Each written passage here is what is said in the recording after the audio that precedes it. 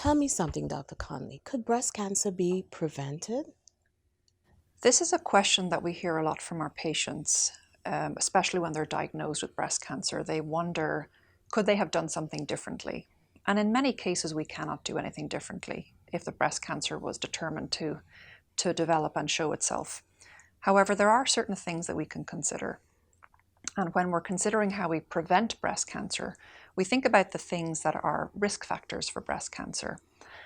In general, we feel that keeping healthy is a way to help prevent breast cancer. Eating a healthy, balanced diet, exercising, which of course is also good for your cardiovascular health. We also suggest paying attention to your family history. And if there are cases in your family of other cancers, discussing that with your doctor. And this could prompt an investigation into the family as to whether there is a genetic mutation in the family, which might predispose to breast or other cancers. And if those are identified, then the family members and the patient or potential patient can enroll in some form of surveillance or screening program, which may include more intensive imaging of the breast, for example.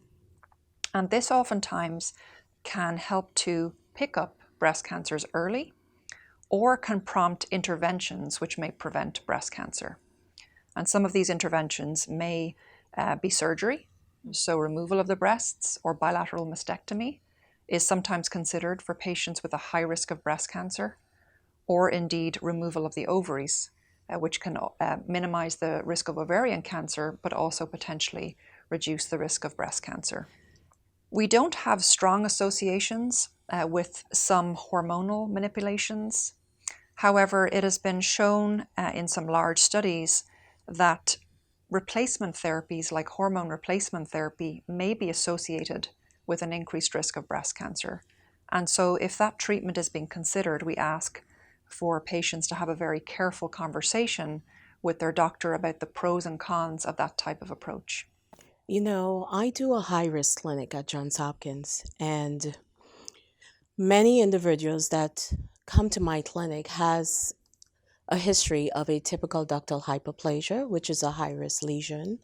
Some of them may have had a history of BRCA mutation, check mutation, or have a strong family history, but they are not BRCA positive or check positive, but they have some variant of unknown origin. They have not found what that mutation is. And a lot of patients, sometimes patients are very happy to be able to have this as a service of surveillance, knowing that they have prior family members who have had many forms of breast cancers. And some of them find it challenging to really come every year to have this surveillance. Oh, surveillance include having a mammogram and sometimes high risk screening with a breast MRI. Some patients are offered hormonal therapy to lower their chances of it. And if I have to really have a discussion with a patient and say, I really want you to understand how important it is to really take up this option as a benefit to reduce your risk, what would be that conversation you would recommend that I have with that patient to help motivate them? So I think every intervention has its pros and cons. And I think that we should consider the interventions that are available to each patient and discuss with them the pros and the cons.